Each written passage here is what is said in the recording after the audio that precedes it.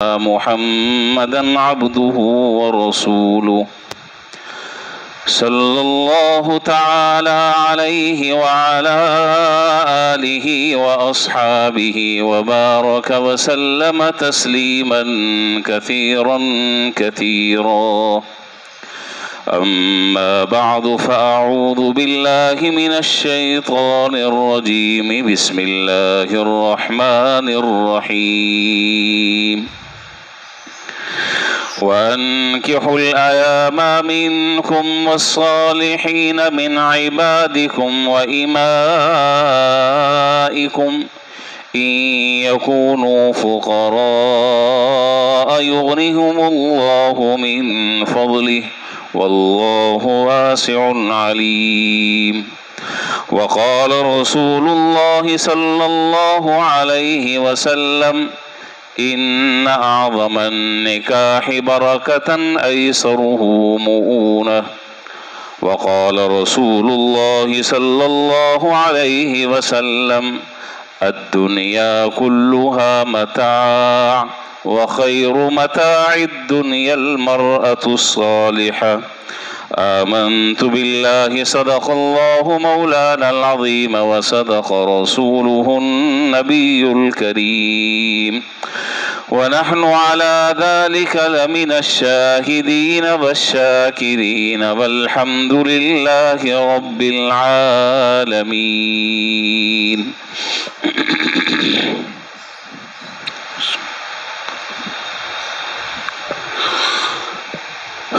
بزرگان محترم و برادران عزیز،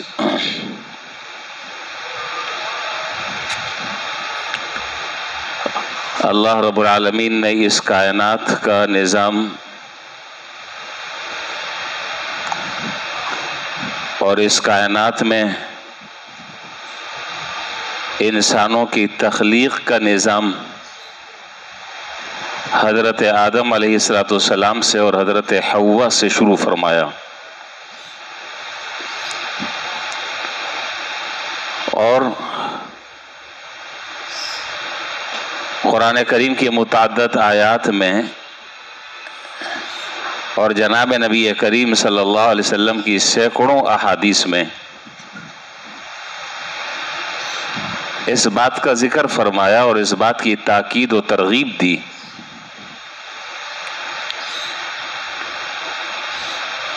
کہ بنیادی طور پر جو چیز یہ ایک نفسیاتی اور فطری اور طبعی مسئلہ ہے کہ جس چیز کی ضرورت ہر انسان کو ہو اس کو پیچیدہ نہیں بنایا جاتا، اس کو بہت سہل اور آسان بنایا جاتا ہے۔ جس چیز کی ہر انسان کو ضرورت ہو اور ہر انسان اس چیز کا محتاج ہو، تو اللہ رب العالمین انسانوں کی چونکہ نفسیات سے بھی واقف اور انسانوں کی تخلیق بھی اللہ کی طرف سے، تو اس وجہ سے اللہ تعالیٰ نے اس چیز کو بڑا آسان فرمایا ہے۔ آپ سمجھ گئے ہوں گے میری مراد میں کیا کہنا چاہ رہا ہوں۔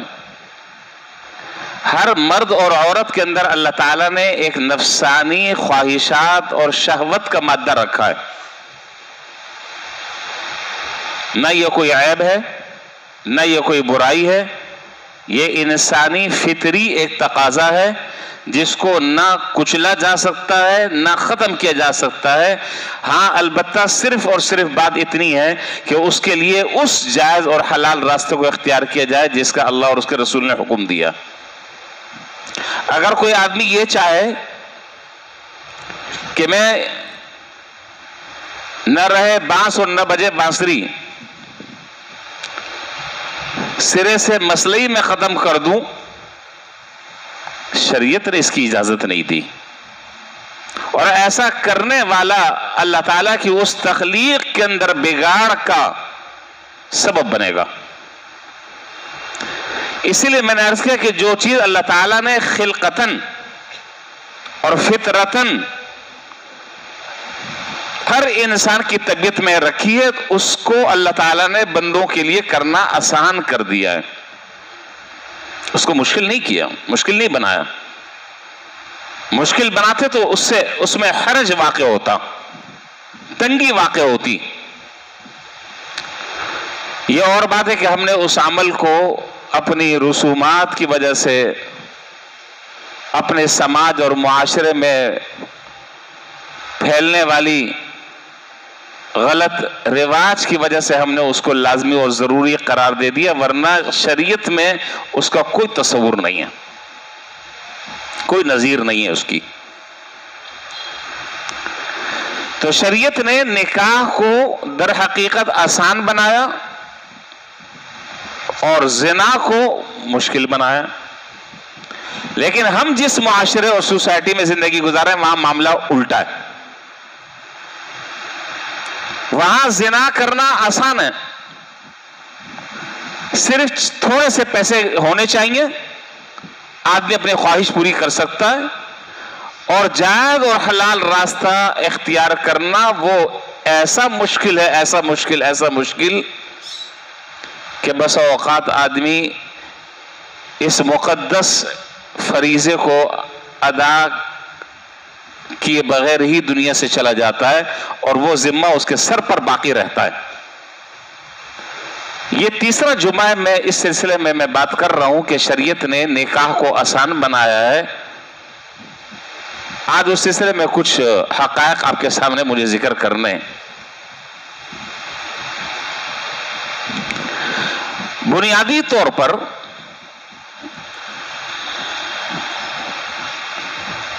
نکاح میں 6 چیزیں ہیں،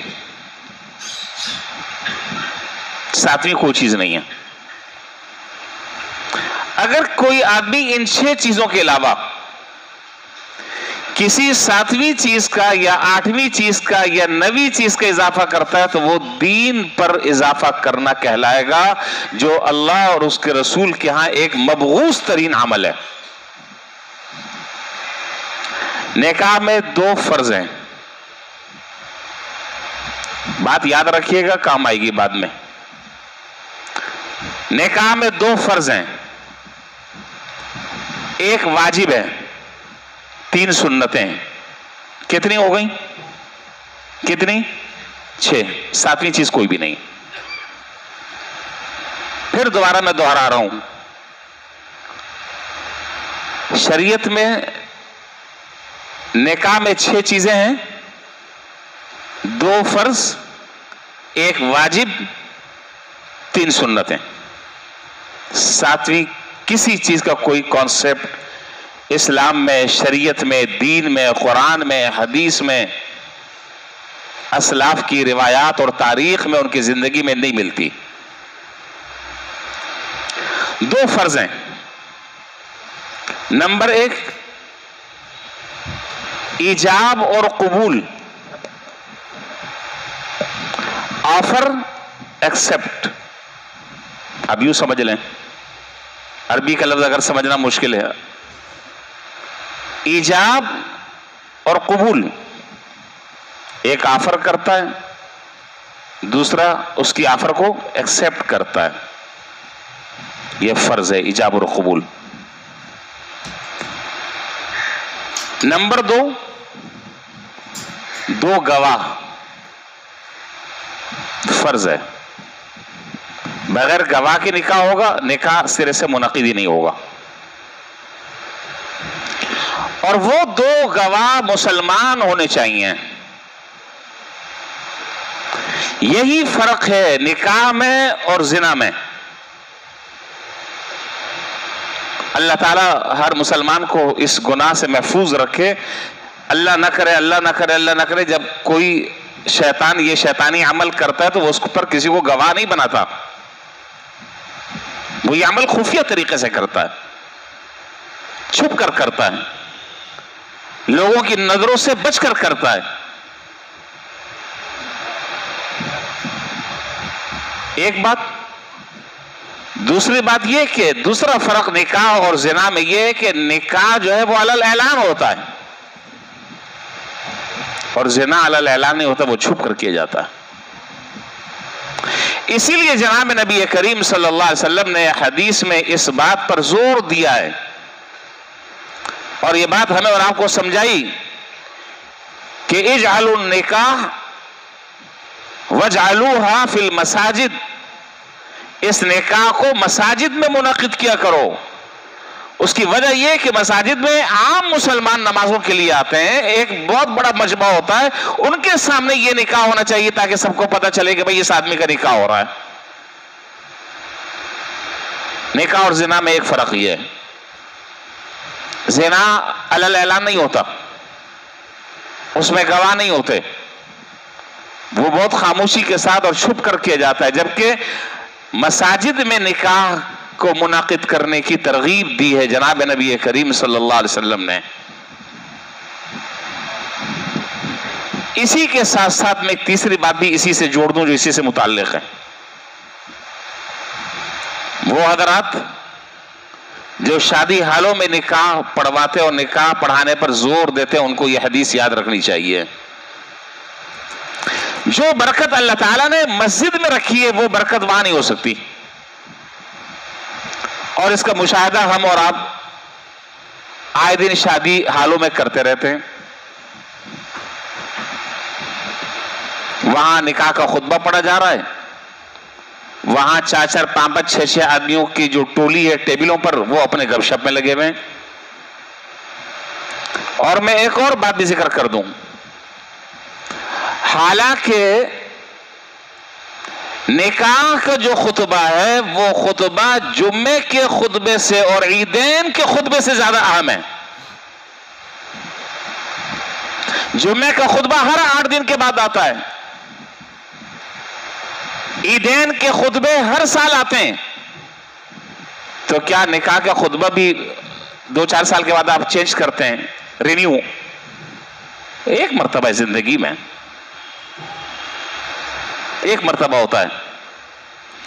اسی لیے میں عرض کر رہا ہوں کہ نکاح کا خطبہ وہ اہم ہے جمعے کے خطبے سے اور عیدین کے خطبے سے، چونکہ وہ زندگی میں ایک مرتبہ خطبہ پڑھا جائے گا۔ لیکن شادی حالوں میں جس طریقے سے نکاح کا خطبہ ہوتا ہے اور جس توجہ کے ساتھ وہ خطبہ سننا چاہیے، اس کے اندر جو آیات پڑھی جاتی ہیں اور احادیث پڑھی جاتی ہیں وہ کوئی سبق ہمیں دینے کے لیے پڑھی جاتی ہیں، لیکن وہاں اس طرح کا کوئی ماحول نہیں ہوتا۔ یا تو وہ دیکھ رہے ہوتے ہیں، وہ جو ٹیبلوں پر کھانا رکھتے ہیں اس کے نیچے وہ جلاتے ہیں، کیا کہتے ہیں؟ دیا، بس یہ دیتے ہیں کہ دیا جلانا شروع کیا کہ نہیں کیا، بس وہ ساری توجہ جو ہے وہ اس کی طرف ہے کہ بس کب ڈھکن کھلے۔ اسی لیے جناب نبی کریم صلی اللہ علیہ وسلم نے ہمیں اور آپ کو یہ بات سمجھائی ہے کہ نہیں، اس کو ان خرافات سے، نکاح کا خطبہ تو ایک اہم خطبہ ہے، اس کو ان خرافات سے بچا کر مسجد کے ایک پاکیزہ ماحول میں منعقد کرو۔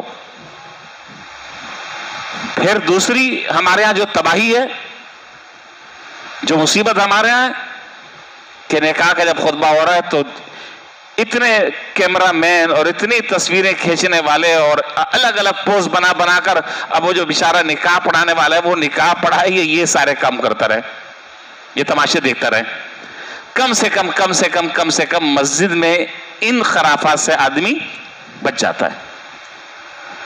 اور جس تقریب کا میں بات اہم کر رہا ہوں، جس تقریب کا آغاز گناہ اور معصیت سے ہو، آپ مجھے بتائیں کہ اس تقریب میں اور پھر اس تقریب کے بعد جو زندگی شروع ہونے والی ہے اس زندگی میں کیا خیر و برکتیں آئیں گی۔ جس تقریب کا آغاز اللہ کی نافرمانی سے ہو، اللہ کے احکامات کو توڑ کر اللہ کے نبی جناب نبی کریم صلی اللہ علیہ وسلم کی سنتوں کو پاؤں تلے روندا جائے اور پھر آدمی یہ سوچے کہ جی میری زندگی میں حسین خوشگوار لمحات آ جائیں، یہ خیال استو محال استو جنو، ایسا نہیں ہو سکتا۔ خیر میں اس کی ڈیٹیل میں جاؤں گا تو بات میری ساری آج کی رہ جائے گی۔ اب میں یہ عرض کر رہا تھا کہ نکاح میں 2 چیزیں فرض ہیں، وہ میں نے آپ کو بتلا دی، بات یاد رکھیے گا۔ 2 چیزیں نکاح میں فرض ہیں۔ نمبر 1، آپ بھی ساتھ ساتھ بولیں گے تو مجھے سمجھ آ جائے گا کہ میں بول بھی رہا ہوں اور آپ سمجھ بھی رہے ہیں۔ نمبر 1، نہیں پتہ چل رہا. ایجاب اور قبول، آفر اور ایکسپٹ. ایک. نمبر دو گواہ. دو فرض ہو گئے پورے. ایک چیز جو ہے میں نے عرض کیا کہ واجب ہے، ایک چیز واجب ہے، وہ ہے مہر. وہ ہے مہر نہیں، مہر. مہر کوئی لفظ نہیں ہوتا ہے، لفظی غلط ہے، تلفظ تو ہم صحیح کریں. مہر لفظ ہوتا ہے، مہر لفظ نہیں ہوتا. مہر واجب ہے. اور کیسا واجب ہے؟ ایسا واجب ہے، ایسا واجب ہے، ایسا واجب ہے. دو باتیں میں یہاں پر عرض کروں گا مختصر سی. ایسا واجب ہے، ایسا واجب ہے کہ اگر کوئی آدمی کسی عورت سے نکاح کرتے وقت، کوئی آدمی کسی عورت سے نکاح کرتے وقت یہ شرط لگاتا ہے کہ جی میں 1 روپیہ مہر نہیں دوں گا، تو شریعت یہ کہتی ہے کہ یہ شرط باطل ہو گئی اور مہر مثل دینا واجب ہوگا. اب آپ کہیں گے کہ مہر مثل کیا چیز ہے؟ اب یہ بھی سمجھاؤ. اگر کوئی مرد شرط لگاتا ہے کسی عورت کے ساتھ کہ میں تم سے نکاح کرتا ہوں اس شرط پر کہ میں کوئی مہر وہر نہیں دوں گا، تو شریعت کہتی ہے کہ یہ شرط فاسد ہے. نکاح منعقد ہو جائے گا، نکاح منعقد ہو جائے گا، یہ شرط فاسد ہے. البتہ مہر مثل دینا ہوگا. مہر مثل کیا ہے؟ مہر مثل یہ کہ یہ جو عورت ہے، اس عورت کے خاندان کی عورتوں کا جو مہر ہے وہ خود بخود مقرر ہو جائے گا. اس کو مہر مثل کہتے ہیں. یہ جس خاندان سے تعلق رکھتی ہے اس خاندان کی عورتوں کا مہر کیا ہے، وہ جو مہر ہوگا وہ بغیر بتائے وہ مہر مثل منعقد ہوگا، واجب ہو جائے گا. ایک بات. دوسری بات، قرآن کریم کہہ رہا ہے کہ اگر کسی آدمی کا نکاح ہوا کسی عورت کے ساتھ اور مہر مقرر تھا اور پھر اس نے زندگی بھر، اس پر میں بات مستقل مجھے بات کرنی ہے کسی جمعے، آئندہ جمعے شاید باری آ جائے اگر آج کی میری گفتگو پوری ہوتی ہے تو مہر پر مجھے اگلے جمعے بات کرنی ہے. تو اگر کسی شخص نے کسی عورت سے نکاح کیا، مہر مقرر کیا، مہر مقرر تھا، زندگی بھر ادا نہیں کیا، تو میں نے کیا کہا کہ یہ مہر ایسا واجب ہے، ایسا واجب ہے، ایسا واجب ہے کہ من بعد وصیۃ یوصی بہا او دین. قرآن کریم میں کہ جب اس آدمی کا انتقال ہوگا تو انتقال کے بعد سب سے پہلے وارثوں کی وراثت کی تقسیم سے پہلے اس عورت کا مہر ادا کرنا ہوگا، اس کے بعد پھر باقی کام بعد میں ہوں گے. یہ ایسا واجب ہے. وراثت کی تقسیم بعد میں ہوگی، اس وراثت کی تقسیم سے پہلے اس عورت کو مہر دینا ہوگا. یہاں میں ایک اور بات بھی ساتھ ساتھ ذکر کر دوں. ویسے بات تو آئے گی، مستقل آئے گی، وہاں پر بات آ جائے گی، لیکن بہرحال ضمناً یہاں اتنی بات سمجھ لیں. بعض جو ہے وہ بات بیچارے وہ اس چکر میں ہوتے ہیں کہ مہر جو ہے وہ بیوی سے معاف کرا لیں. اول تو میری نظر میں یہ، میں وہ لفظ نہیں کہنا چاہ رہا، مسجد بھی ہے، مسجد کا احترام بھی ضروری ہے اور آپ کا احترام بھی ضروری ہے، لیکن یہ انسانیت کے خلاف ہے، مردانیت کے خلاف ہے. یہ اچھا لگے گا ایک مرد ہے اور وہ عورت سے کہے کہ تم میرا مہر معاف کر دو؟ شرم آنی چاہیے آدمی کو. اچھا جی، تو 2 فرض میں نے بتا دیے، ایک واجب بتا دیا. مہر دینا واجب ہے. اب مہر کتنا ہونا چاہیے یہ ایک تفصیلی بحث ہے، صرف یہاں میں آج اتنی سی بات میں ذکر کر دوں. قرآن کریم میں اجمالاً اس بات کا ذکر ہے، قد علمنا ما فرضنا علیہم فی ازواجہم. اور اسی آیت سے احناف بھی استدلال کرتے ہیں اور شوافی بھی استدلال کرتے ہیں. اللہ تعالیٰ ارشاد فرما رہے ہیں قد علمنا ما فرضنا علیہم فی ازواجہم، ہم نے ان کی بیویوں کا جو حق مہر مقرر کیا وہ ہم جانتے ہیں کتنا ہے. حضرت امام ابو حنیفہ رحمہ کا قول یہ ہے، اور وہ استدلال کرتے ہیں حضرت جابر رضی اللہ تعالیٰ عنہ کی روایت سے کہ جناب نبی کریم صلی اللہ علیہ وسلم نے ارشاد فرمایا کہ لا مہر لأقل من 10 دراہم. یہ حضرت جابر رضی اللہ تعالیٰ عنہ کی روایت ہے. لا مہر لأقل من 10 دراہم، 10 درہم سے کم سے کم مہر کی مقدار جو ہے وہ 10 درہم ہے. اگر اس سے کم میں اگر کوئی آدمی مقرر کرتا ہے تو وہ مہر منعقد نہیں ہوگا، وہ مہر نہیں ہوگا. کم از کم مقدار، اور زیادہ کی شریعت نے کوئی حد نہیں مقرر کی ہے، اور نہ بہت زیادہ کو شریعت نے تحسین کی نگاہوں سے دیکھا ہے، ایسا نہیں ہے. اور نہ اس کے اندر ریاکاری اور دکھلاوے کا عنصر ہونا چاہیے. بعض لوگوں کی عادت یہ ہوتی ہے کہ مہر زیادہ مقرر کریں تاکہ لوگوں میں پتہ چلے کہ بھئی میں نے تو کئی لاکھ روپے، اور دینا وینا کچھ بھی نہیں ہے. نہیں، کچھ بھی نہیں ہے، بعد میں نہیں ہے، دینا وینا کے دینے کی نیت ہی نہیں ہے. خیر اس پر بات آئے گی، جب آئے گی پھر میں وہاں ذکر کروں گا. تو مہر کی کم از کم مقدار جو ہے وہ امام ابو حنیفہ رحمۃ اللہ علیہ کے نزدیک وہ 10 درہم ہے، لا مہرہ. اور اس حدیث سے وہ استدلال کرتے ہیں جو میں نے حضرت جابر رضی اللہ تعالیٰ عنہ کی روایت ذکر کی، لا مہرہ لأقل من 10 دراہم. اب مسئلہ اب یہ ہے کہ پہلے زمانے میں یہ درہم ہوا کرتے تھے. اب اگر کوئی آدمی یہ سوچے کہ جی یہ درہم 10 درہم آج کے کتنے بنتے ہیں، تو آپ اس کو یوں سمجھ لیں کہ 28 گرام سونا، 28 گرام چاندی، یہ اس کی قیمت جو بنتی ہے وہ ہے 10 درہم. چاندی کا ریٹ بازار سے مارکیٹ سے معلوم کر لیا جائے. 28 گرام چاندی یہ اس کی قیمت، یہ ہے 10 درہم. سرکار دو عالم نبی کریم صلی اللہ علیہ وسلم نے اپنی ازواج مطہرات اور اپنی صاحبزادیوں کی جو مہر مقرر کی، یہاں پر بھی ایک بہت زبردست غلط فہمی ہے. وہ 500 درہم آپ نے مقرر فرمایا، اور 500 درہم آپ نے خود ادا کیے اپنی ازواج مطہرات کی بھی، اور آپ اپنی صاحبزادیوں کی بھی جو مہر مقرر کیے اس کو کہتے ہیں مہر فاطمی. اور یہ مجھے سمجھ میں نہیں آیا کہ کہاں سے ہمارے ہاں علم کی کمی ہے، ظاہر ہے جہالت ہے. یہ تو میں یہ کہوں گا کہ جہالت نہیں ہے، پتہ سب کچھ ہے، لیکن اپنے لیے وہ بالکل آدمی انجان بن جاتا ہے کہ مجھے تو کچھ پتہ ہی نہیں ہے، حالانکہ پتہ سب ہے.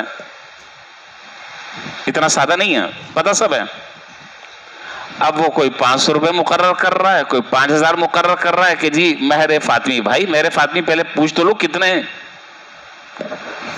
500 درہم، اور 500 درہم کو اگر کنورٹ کریں چاندی پر تو یہ بنتے ہیں، جس کو جواہر الفقہ میں کی دوسری جلد میں حضرت مفتی شفیع صاحب رحمۃ اللہ علیہ نے ذکر فرمایا، حوالہ بھی میں دے رہا ہوں، 131 تولہ 3 ماشا چاندی.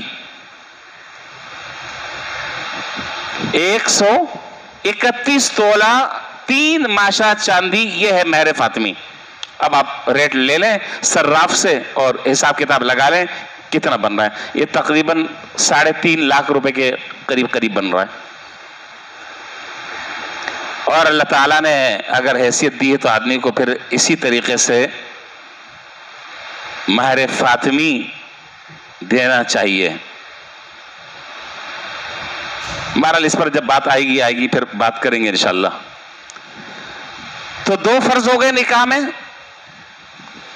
2 فرض ہو گئے، ایک ایجاب اور قبول، دوسرا 2 گواہ. ٹھیک، ایک واجب ہو گیا. وہ واجب کیا ہے؟ مہر ادا کرنا. اس مہر کی کم سے کم مقدار کتنی ہے وہ میں نے آپ کے سامنے ذکر کر دی کہ مہر کی کم از کم مقدار جو ہے وہ 10 درہم ہے. 10 درہم سے کم مہر نہیں ہے، زیادہ کی کوئی حد مقرر نہیں ہے. باقی اس کی تفصیلات جو ہے وہ انشاءاللہ اپنے موقع پر جب بات آئے گی وہاں میں ذکر کروں گا. تو 2 فرض ہو گئے، 1 واجب ہو گیا. اب 3 چیزیں کیا ہیں؟ 3 چیزیں کیا ہیں؟ سنت. 3 چیزیں سنت ہیں. اس کو سمجھ لیں تاکہ یہ چیپٹر کلوز ہو جائے، پھر ہم آگے چلیں. پہلی سنت نکاح میں ہے خطبہ پڑھنا. خطبہ پڑھنا کی سنت ہے. لیکن اگر کوئی شخص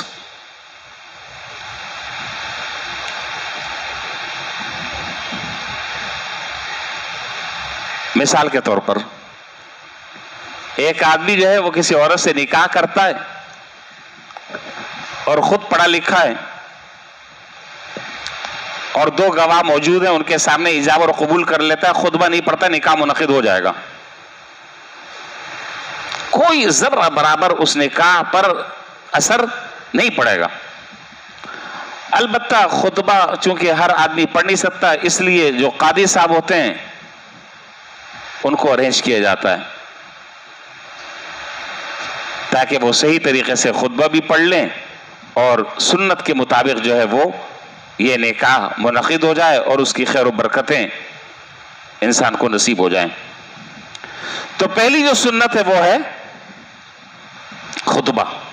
خطبہ مسنون ہے. اور میں نے عرض کیا کہ مسنون کا کیا معنی؟ مسنون کا معنی یہ ہے کہ اگر کوئی آدمی کسی عورت سے نکاح کرتا ہے، 2 گواہوں کی موجودگی میں ایجاب اور قبول کر لیتا ہے لیکن خطبہ نہیں پڑھتا تو نکاح منعقد ہو جائے گا. ہاں خطبہ سنت ہے، وہ نہیں پڑھا کوئی حرج کی بات نہیں ہے. لیکن ہمارے دیار میں اور ہمارے عرف میں نکاح کے لیے باقاعدہ، چونکہ ہم پڑھے لکھے نہیں ہیں، ہمیں عربی نہیں آتی، ہمیں نہیں پتا کہیں کیا غلطی ہو جائے، تو اس لیے ہم قاضی کی خدمات کو لیتے ہیں. یہ ہو گئی ایک سنت. دوسری سنت، جناب نبی کریم صلی اللہ علیہ وسلم کا یہ معمول تھا کہ جب آپ نکاح پڑھاتے تھے تو اس نکاح کی مجلس میں چھوارے تقسیم فرماتے تھے، اور بعض روایتوں میں چھوارے کے لٹانے کا تذکرہ ہے بعض روایات میں، لیکن میں معافی چاہتا ہوں، چھوارے لٹانے کا تذکرہ ہے، چھوارے ایک دوسرے پر پھینک کر آنکھیں پھوڑنے کا تذکرہ نہیں ہے. بات صاف صاف ہے. اب آپ نشانہ بنا رہے ہیں اور نشانہ بنا کر ٹکا کر آپ لگا رہے ہیں چھوارا، تو بھائی سخت چیزیں اللہ نہ کرے آنکھ پر لگ جائے، کان پر لگ جائے، کہیں اور لگ جائے. تو میں نے کیا عرض کیا جملہ کہ چھوارے لٹانے کا تذکرہ تو ہے لیکن چھوارے ایک دوسرے کو مار کر آنکھیں پھوڑنے کا تذکرہ نہیں. اسی طریقے سے نکاح کے موقع پر اگر چھوارا نہیں ہے تو کوئی میٹھی چیز تقسیم ہونی چاہیے. میٹھی چیز تقسیم ہونی چاہیے، خوشی کا موقع ہے. لیکن کیڑے والے چھوارے نہ ہو، دیکھ کر لے سستے کے چکر میں. ایسا نہ ہو کہ اس تقریب کو جو بھی اب بیچارہ کھائے تو وہ گالی دیتا ہوا جائے کہ کم بخت نے ایک تو چھوارے بھی 3 دیے اور وہ بھی اندر سے خراب اور کیڑے لگے ہوئے. خیر یہ بات تو میں نے ویسے ضمن ذکر کر دی. تو ایک سنت ہے ہوئی خطبہ پڑھنا نکاح میں. دوسری چیز ہوئی بولیں چھوارے بانٹنا، ہم اس کو یوں کہہ لیں چھوارے بانٹنا. تیسری سنت اس شادی کے موقع پر جو ہے وہ ہے ولیمہ کرنا. ولیمہ کرنا. اور اصل سنت ولیمہ وہ ہے جو شب زفاف کے بعد کھانا کھلایا جائے. شب زفاف سے پہلے جو کھانا کھلایا جائے گا وہ دعوت ہوگی، صدقہ ہوگا، خیرات ہوگی، وہ ولیمہ مسنونہ نہیں ہوگا. مشکات شریف میں، مشکات کی دوسری جلد میں کتاب النکاح ایک چیپٹر ہے. کتاب النکاح میں بہت ساری روایتیں نکاح سے متعلق، لیکن مجھے بڑا افسوس ہے یہ بات جو میں کہہ رہا ہوں. سیدھا سادہ سا جو طریقہ شریعت نے بتلایا ہے، آپ حیران ہوں گے اگر میں آپ کو وہ واقعات سناؤں گا ضرور انشاءاللہ، اس کے بغیر میں خود مطمئن نہیں ہوتا. حضرت جابر رضی اللہ تعالیٰ عنہ کا نکاح ہوا، جلیل القدر صحابی ہیں، جناب نبی کریم صلی اللہ علیہ وسلم کی خدمت میں حاضر ہوئے۔ حضرت عبد الرحمن بن عوف رضی اللہ تعالیٰ عنہ جلیل القدر صحابی ہیں، اور صحابی بھی کیسے مالدار صحابی ہیں؟ کتنے مالدار ہوں گے؟ کیا خیال ہے آپ کا؟ کتنے ہوں گے؟ لکھ پتی تو چھوٹا لفظ ہے، لکھ پتی تو اکائی ہے، لکھ پتی تو اکائی ہے، اکائی دھائی سینکڑا کروڑ پتی صحابہ میں حضرت عبد الرحمن بن عوف رضی اللہ تعالیٰ عنہ کا شمار ہوتا ہے۔ حضرت عبد الرحمن، اب آپ دراصل اب میں جس چیز کی طرف توجہ دلا رہا ہوں میری بات بہت غور سے سمجھنے کی ہے۔ حضرت عبد الرحمن بن عوف رضی اللہ تعالیٰ عنہ نے نکاح کر لیا، شادی کر لی، جناب نبی کریم صلی اللہ علیہ وسلم کی خدمت میں ایک مرتبہ حاضر ہوئے تو دیکھا کہ ان کے کپڑوں پر کو پیلے کلر کا نشان لگا ہوا ہے۔ تو آپ نے حضرت الرحمن بن عوف رضی اللہ تعالیٰ عنہ سے پوچھا کہ بھائی یہ پیلا نشان کیسا ہے؟ انہوں نے عرض کیا کہ اللہ کے رسول میں نے ایک خاتون سے شادی کر لیا۔ آپ اندازہ لگائیں کہ تصویر کا ایک رخ یہ ہے کہ حضرات صحابہ کرام رضی اللہ تعالیٰ عنہ اجمعین کا جناب نبی کریم صلی اللہ علیہ وسلم سے جو تعلق اور رابطہ، محبت، عقیدت، عظمت جو تھی، ہم اس کا تذکرہ زبان سے نہیں کر سکتے، لیکن حضرت عبد الرحمن بن عوف رضی اللہ تعالیٰ عنہ کروڑ پتی حضرات صحابہ میں ان کا شمار ہوتا ہے۔ نکاح کر لیا، شادی کر لی، سب کچھ ہو گیا، حضور صلی اللہ علیہ وسلم کو خبر بھی جا کر نہیں دی، بتلایا بھی نہیں کہ جی میں نے نکاح کر لیا۔ مجلس میں حاضر ہوئے، حضور نے خود نشان دیکھا، نشان دیکھ کر پھر آپ نے دریافت کیا کہ یہ نشان کیسا ہے۔ پھر اس سوال کے جواب میں انہوں نے ارشاد فرمایا کہ اللہ کے رسول آپ صلی اللہ علیہ وسلم نے کوئی ایک جملہ زبان سے نہیں کہا کہ اچھا اب تم اتنے بڑے ہو گئے کہ ہمیں بھی بلانا پسند نہیں کیا، ہمیں بھی یاد نہیں کرنا منا۔ ہمارے جیسا آدمی ہوتا تو شاید زندگی بھر بات نہ کرتا، اور تانے وہ الگ مارتا، تانے الگ مارتا، فقرے اور جملے الگ کستا۔ لیکن چونکہ یہ حضرات جانتے تھے کہ جناب نبی کریم صلی اللہ علیہ وسلم نے ایک کام جو ایک سیدھے سادے طریقے سے انجام دیا جا سکتا ہے، اس کے لیے کوئی ضروری نہیں کہ آپ لمبے چوڑے چکر میں پڑیں، تو کیوں بلا وجہ ہم ان پیسوں کو اور ان چیزوں کو ہم ان کاموں میں اور غلط کاموں میں اسراف میں صرف کریں؟ بھائی ولیمہ، پھر آپ نے ایک جملہ ارشاد فرمایا، آپ نے فرمایا کہ بھائی ایک بکری ذبح کر لو اور ولیمہ کر لو، ایک بکری ذبح کر لو اور ولیمہ کر لو، نہ یہ کہ جی وہ کارڈ چھپ رہے ہیں اور باقاعدہ وہ 6 مہینہ پہلے جو ہے وہ حال بک ہو رہے ہیں اور فہرستیں بن رہی ہیں لمبی چوڑی اور کارڈ ایشو ہو رہے ہیں اور فلانا ہو رہا ہے، دھماکہ ہو رہا ہے، کچھ بھی نہیں۔ تو اس طریقے سے شادی ہو گئی۔ تو میں عرض کر رہا تھا کہ مشکات شریف کی دوسری جلد میں کتاب النکاح میں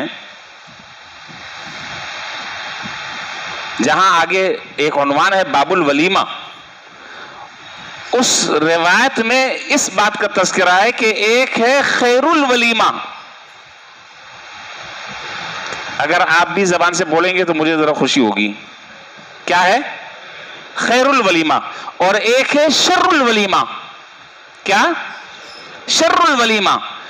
ہمارے جو ولیمہ ہے وہ ولیمہ خیر الولیمہ نہیں ہے، ہمارا ولیمہ جو ہوتا ہے وہ شر الولیمہ ہے، بہت معذرت کے ساتھ۔ کیوں شر الولیمہ ہے؟ غریب آدمی اندر انٹر نہیں ہو سکتا، جس کے پاس کارڈ ہے جب تک کہ وہ کارڈ نہیں دکھائے گا اندر نہیں آ سکتا، جو غریب ہے وہ پر نہیں مار سکتا، جو بیچارہ فقیر و مزدور آدمی ہے وہ قریب سے بھی نہیں بھٹک سکتا۔ کوشش ہوتی ہے کہ اس ولیمے کی تقریب میں ایسے لوگوں کی فہرست بنائی جائے، میں بھی آپ کے معاشرے کے فرو میں یہ سب چیزیں جانتا اور سمجھتا ہوں، ان لوگوں کی فہرست بنائی جائے اور ایسے لوگوں کو اس کے اندر بلایا جائے جو غریب ہوں،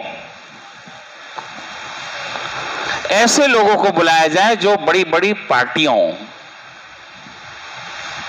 جب وہ آئیں تو تھیلے بھر بھر کر لائیں، لفافہ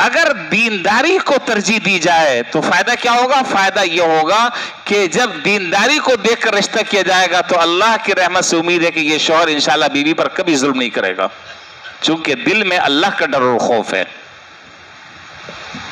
کبھی حق نہیں مارے گا، کبھی حق نہیں چھینے گا. کیوں؟ دل میں اللہ کا ڈر ہے، خوف ہے، دینداری کا غلبہ ہے. اور یہ دینداری چیز ایسی ہے یہ کبھی زائل نہیں ہوتی.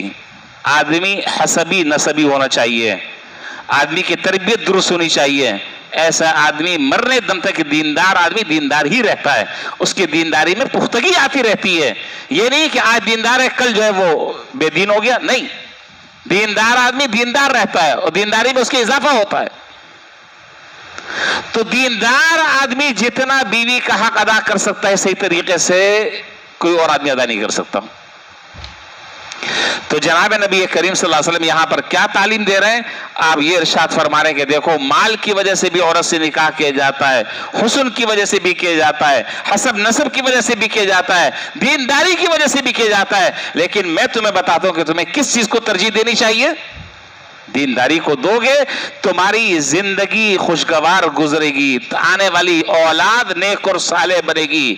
جب ماں اور باپ دونوں دیندار ہوں تو اولاد کیسی ہوگی؟